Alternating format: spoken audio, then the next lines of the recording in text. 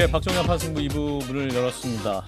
2부에서는 미국의 이란 공격과 하메네이 사망 이후에 급박히 돌아오는 중동 정세를 분석해 보겠습니다. 장지향 아산정책연구원 지역연구센터장과 함께합니다. 어서 오십시오. 안녕하세요. 자, 이 주말에 미국이 이란을 공격했고 이란의 최고 유도자 하메네이가 사망을 했습니다. 얼마 전에 우리 박사님께서 트럼프가 이란을 공격할 수밖에 없는 6가지 이유를 기고하셨는데 네네. 결국 공격했습니다. 네, 예. 제가 이 글이 나온 게 한 5일 전인데 예. 맞았던 것 같아요. 사실 이제 미국이 그러면 공격을 감행하게 된 결정적인 이유는 뭐라고 봐야 됩니까? 6가지 다 한번 말씀드려 볼까요? 예. 그러니까 제일 큰 거는 저는 네. 어쨌든 미국이 이란을 상대로 군사 공격을 했을 때 가장 부담스러운 것이 뭐 미 대내외 여론이었을 거예요. 예. 그래서 국제 여론도 부담스럽고 내부 여론도 부담스러웠을 텐데 지난달 1월 중순에 이 이란의 핵심 수뇌부가 예. 반체제 시위, 내부의 반정부 시위를 그야말로 대대적인 유혈 진압을 했었잖아요. 네네. 그래가지고 지금 뭐 추정키로는 최대 3만 명이 죽었을 수도 있다. 그런데 아직 정확한 수치를 모른다라는 얘기가 나왔었을 때 네. 항상 뭐 인권, 민주주의 그리고 이렇게 막 개입을 하면 안 된다라고 주장을 했던 유럽 국가들마저 이란이 정말 잘못했고 그리고 이란의 핵심 수뇌부를 상대로 대대적인 제재를 가해야 하고 그거를 끝까지 파헤쳐야 되고 그러면서 사실 이란 혁명 수비대가 이란 이슬람공화국 체제를 가장 이렇게 받쳐주는 강권 기구거든요. 예. 그래서 함부로 이 기구를 무슨 테러 조직이다라고 말할 수는 없어요. 예. 그런데 유럽에서 EU에서 지난달 22일에 이란의 혁명 수비대를 테러 조직으로 했죠. 그러니까 규정을 했죠. 했어. 예.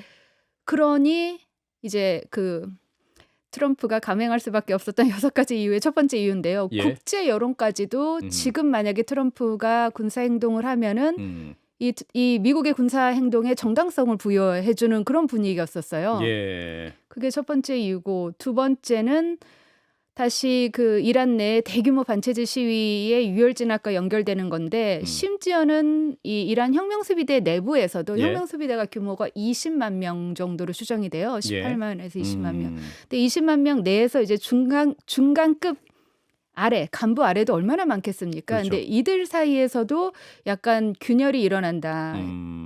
어떻게 우리 자국민을 이렇게 심하게 죽일 수가 있냐. 그러니까 생각해 보세요. 한 3일 동안 30만 명을 최대치로 죽었다라고 하면 3만 명이 죽었다라고 하면 정말 뭐 그 당시 기관 단총도 나왔고 뭐 진짜 심하게 그러니까 학살 수준에 이르게 유혈 진압을 한 거거든요. 예. 그래서 혁명 수비대 내부에서도 뭐 균열 조짐이 나온다라는 얘기도 들려왔었고요. 예. 그게 두 번째 이유. 세 번째는 작년이었죠. 6월에 소위 12일 전쟁에서 이스라엘이 이란을 상대로 방공망을 무력화하고 탄도미사일 프로그램도 굉장히 많이 무력화시켰고 플러스 또 많이들 들으셨던 뭐 하마스, 헤즈볼라, 예멘의 후티 반군이 바로 이란의 이 저항의 축이라는 대리 세력인데 이들도 많이 약화된 상태거든요. 예. 근데 이들이 이제 재무장하기 시작한다라는 얘기가 나오니까 이제 시간은 자꾸 막 촉박해지는 거죠. 그래서 또 타이밍이 지금이 좋았던 거고 네 번째는 많이들 연관을 시키시는 얘기인데 베네수엘라 1월 3일에 마두로 제거 작전. 예.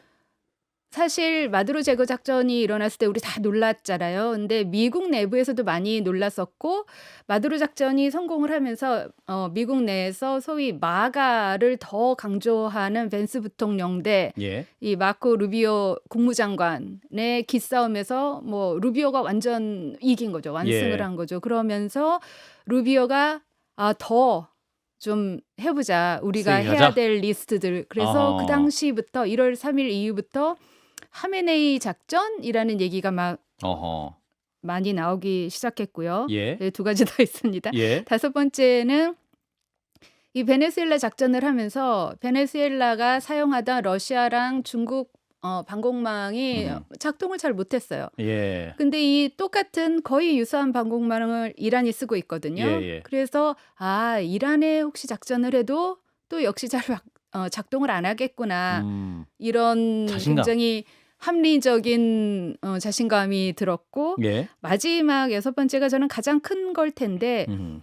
만약에 정말 이란 수뇌부를 제거를 하고 그다음에 핵 프로그램이란 탄도미사일을 무력화한 다음에 시민들이 다시 거리에 나와서 반체제 시위를 다시 조직을 한다면 시위가 재점화가 된다면 그럼 이렇게 강경한 이란 이슬람 공화국 체제가 무너지거나 흔들릴 텐데 그렇다면 미국이 그렇게 바라던 오른쪽에는 이스라엘, 왼쪽에는 사우디를 양축으로 하는 중동의 안보 구도가 구축이 될 수 있다는 거죠. 그게 만약에 성공이 된다면 트럼프는 그야말로 미국 대외 역사상 뭐 영웅이 될 수 있는 그런 기회가 뭐 무르익었다라고 생각을 해서 단행을 한 것 같습니다. 예, 그러면 지금 이제 전쟁이 종료된 이후에 이란 내에 만들어진 체제 자체가 네네. 미국의 우호적인 세력으로 만들 수 있다는 그런 자신감도 있다라는 말씀인가요?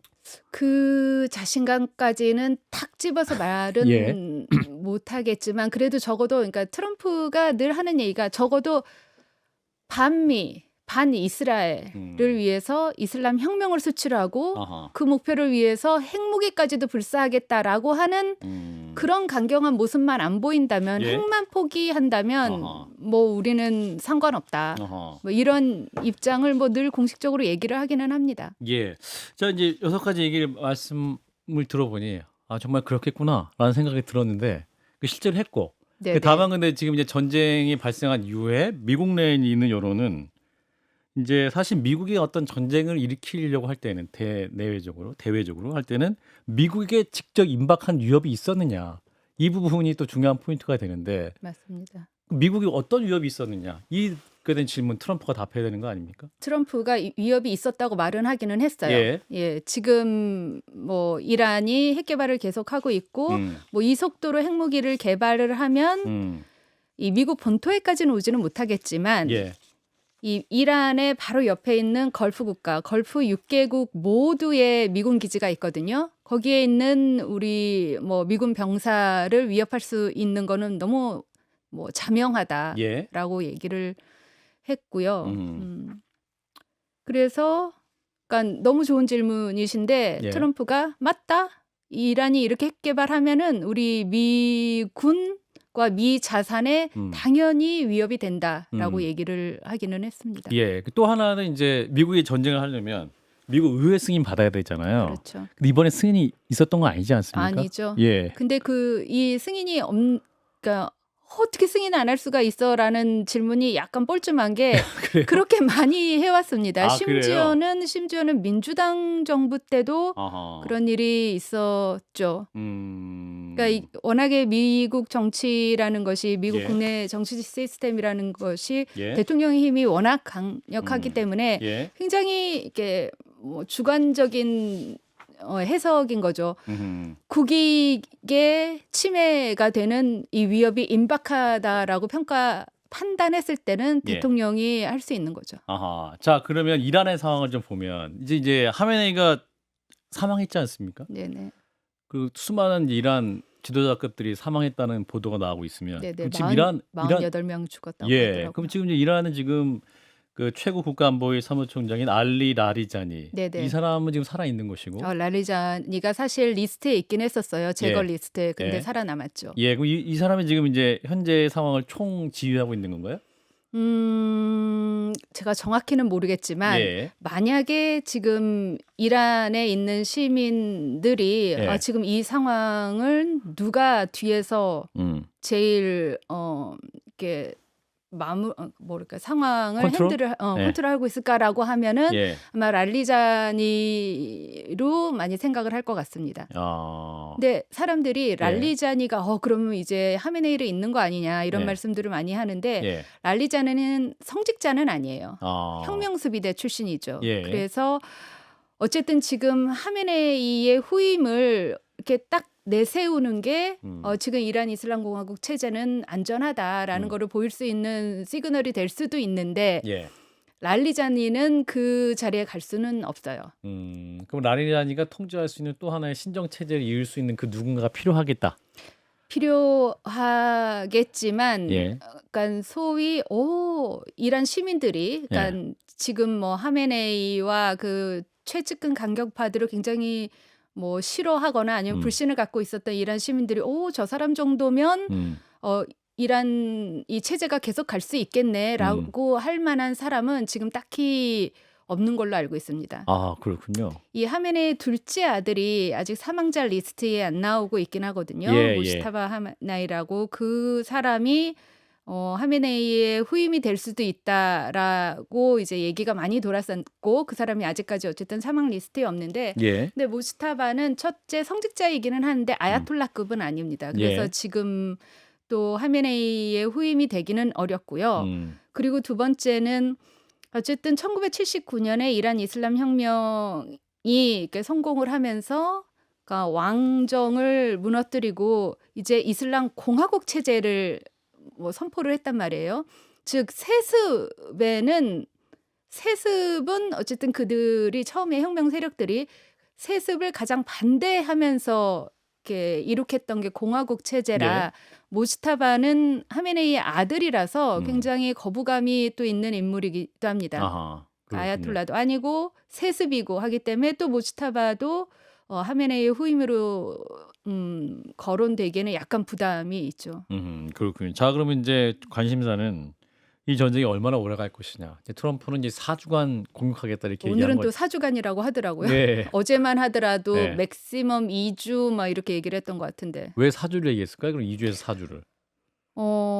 그러니까 이 어쨌든 이란 쪽에서 예. 계속 뭐 공격을 저항? 반격을 하고 있으니까 예. 거기에 또 뭐 더 강하게 네. 우리가 또 지금 벌써 어디죠? 바레인에서 3명 예. 미군이 죽었잖아요. 그거에 대한 그러니까 뭐 또 결연한 보복의 의지를 보이는 과정에서 나온 것 같아요. 근데 예.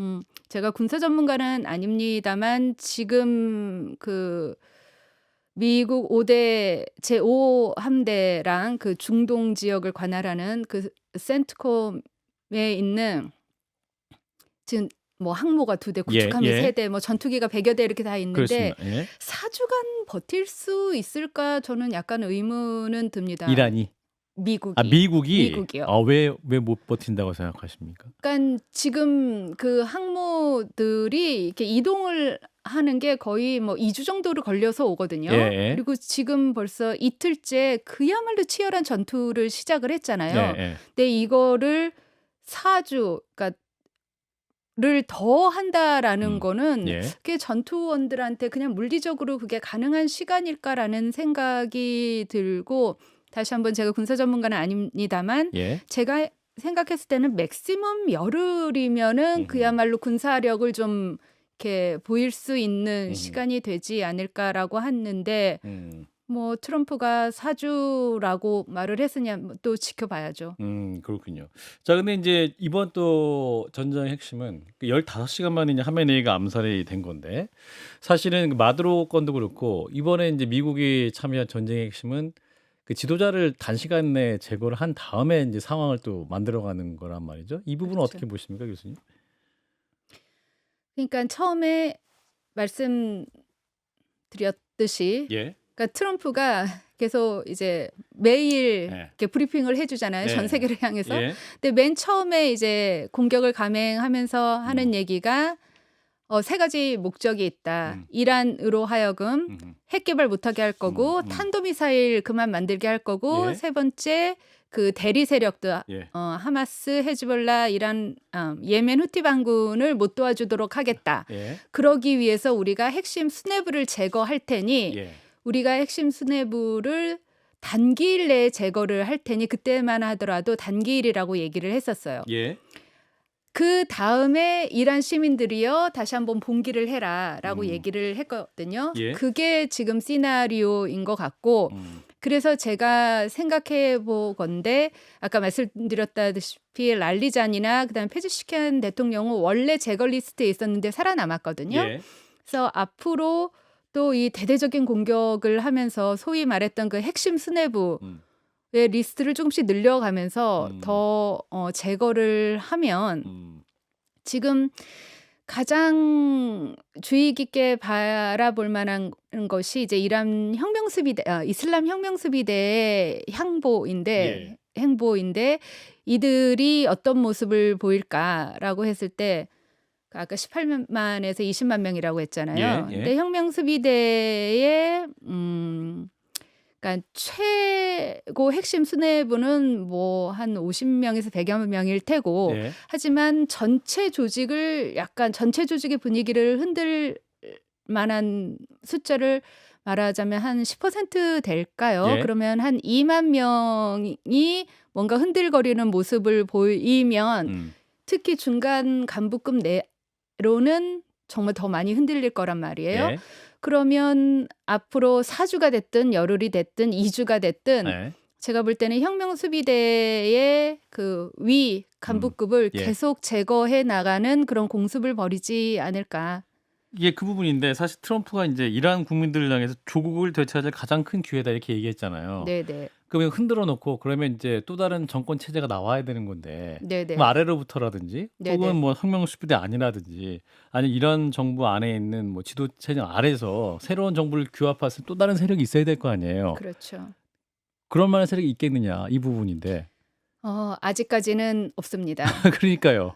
그러니까 제가 생각할 때는 사실 이렇게 뭐 트럼프도 그렇고 네타냐후도 그렇고 굉장히 이렇게 막 선언적인 상징적인 얘기는 많이 하는데 예. 그러니까 골자가 우리는 너희들이 그러니까 미국과 이스라엘은 이란 시민들이 다시 한번 거리로 나왔을 때 예.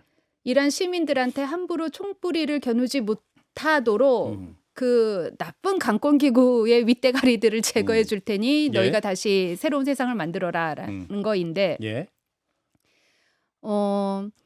그게 딱 지금 상징적인 수준의 얘기거든요. 근데 그거를 이제 어쨌든 뭐 중동 정치 전문가들이 생각해 봤을 때 예. 아마 정말 시민들이 다시 한번 반체제 시위를 조직을 했을 때 예.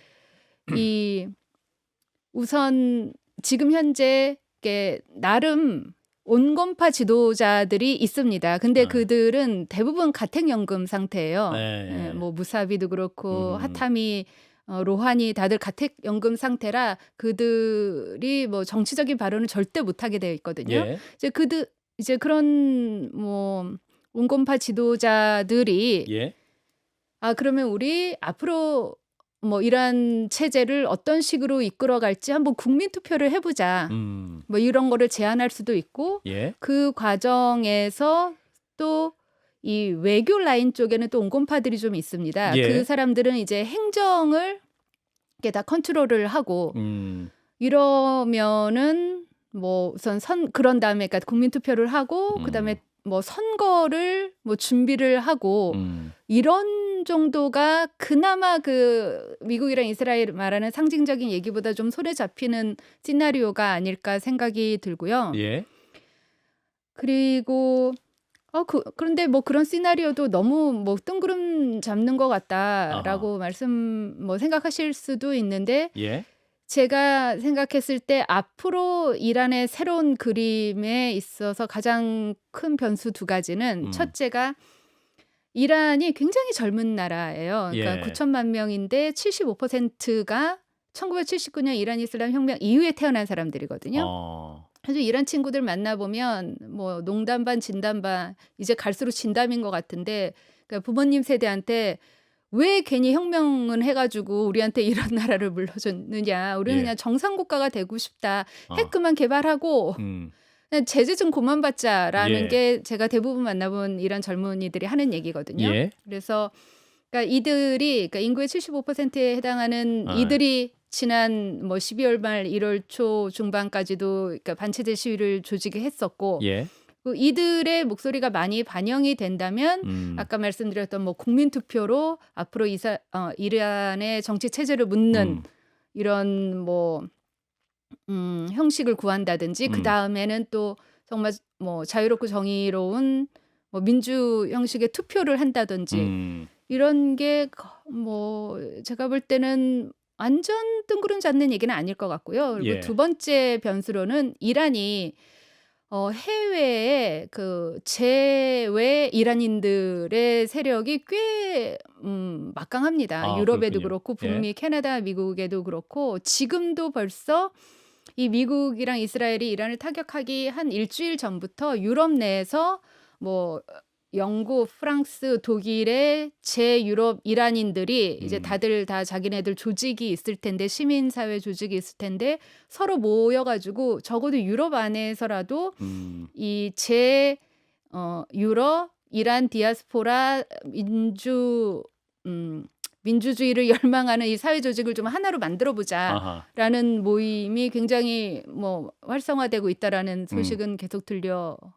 그렇군요. 그러니까 향후에 이란의 정세는 또 이란의 안에는 젊은 세력들이 어떻게 정치 네네. 세력화될 것이냐, 또 네네. 해외에 있는 이란 디아스포라들의 움직임 이것도 예의주시해야 될 것 같고. 네네. 자, 이제 우리의 관심사는 우리 정치에 미치는, 우리 경제에 미치는 영향이 될 텐데, 네네. 이제 우리 정부도 예의주시하고 있다, 뭐 대책을 마련할 것이다 이렇게 얘기를 하고 있는데 어떤 대책이 할 수 있겠느냐? 우리 카드가 있습니까?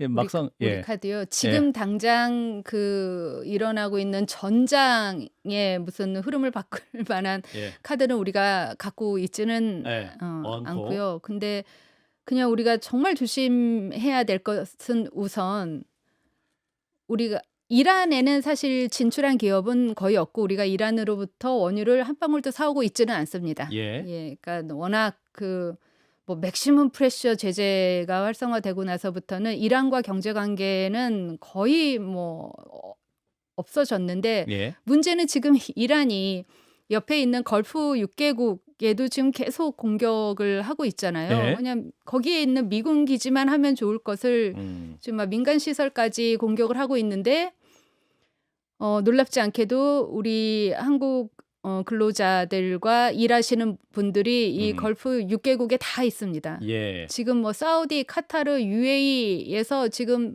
막 뭐 만들고 계시거든요. 예, 그러니까 플랜트 짓고 예, 계시고 이제 이런 분들한테 행여 뭐 피해가 올까 그거는 정말 유심히 우리가 봐야 될 문제이고요. 예, 그리고 어쨌든 지금 정부에서도 중동 정책을 굉장히 활발히 하려 하고 있고 그 어젠다가 무슨 방산, AI, 그다음에 조선업 이런 것들인데 지금 우리와 이런 경제 협력을 하고 있는 나라들이 지금 이란의 드론 공격을 많이 받고 있거든요. 예, 사우디, UAE, 뭐 카타르.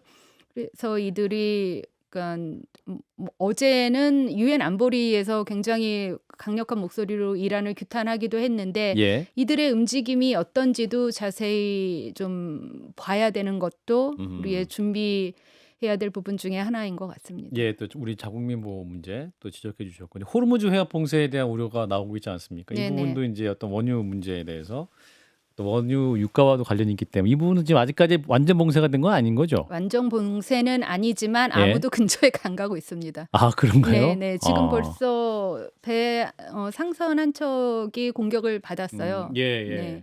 그래서 그거를 본 어떠한 배도 주변에 가고 싶어하지 않는 상황입니다. 봉쇄되면 이란 자체도 본인들도 지금 수출 못하게 되는 거니까 그렇죠. 문제가 되는 거기 때문에. 그래서 저는 지금 이란이 왜 이렇게 완전 벼랑 끝으로 몰린 것처럼 예, 말씀하신 것처럼 호르무즈 해협을 봉쇄한다라는 것은 예, 호르무즈 해협에 아무도 못 다니게 이렇게 막는 거거든요. 예. 그러면은 그러니까 이란 국적의 배도 못 다녀요. 그러니까. 그러면은 이란이 뭐 지금 거의 유일하게 중국의 원유를 수출을 하고 있는데 그것도 이제 못하게 되는 거고. 예, 그러면 또 이제 중국도 문제인 거죠. 예, 아까 말씀드린 것처럼 이란이 지금 드론을 자국에 갖고 있었던 드론을 주변에 있는 뭐 UAE, 바레인에 굉장히 많이 발사를 하고 있는데 예, 이란이 이렇게 또 드론을 자기가 써버리면 이란이 이 러시아에게 드론을 가장 많이 제공해주는 나라이거든요. 예. 그러면 러시아로 수급돼야 될 드론이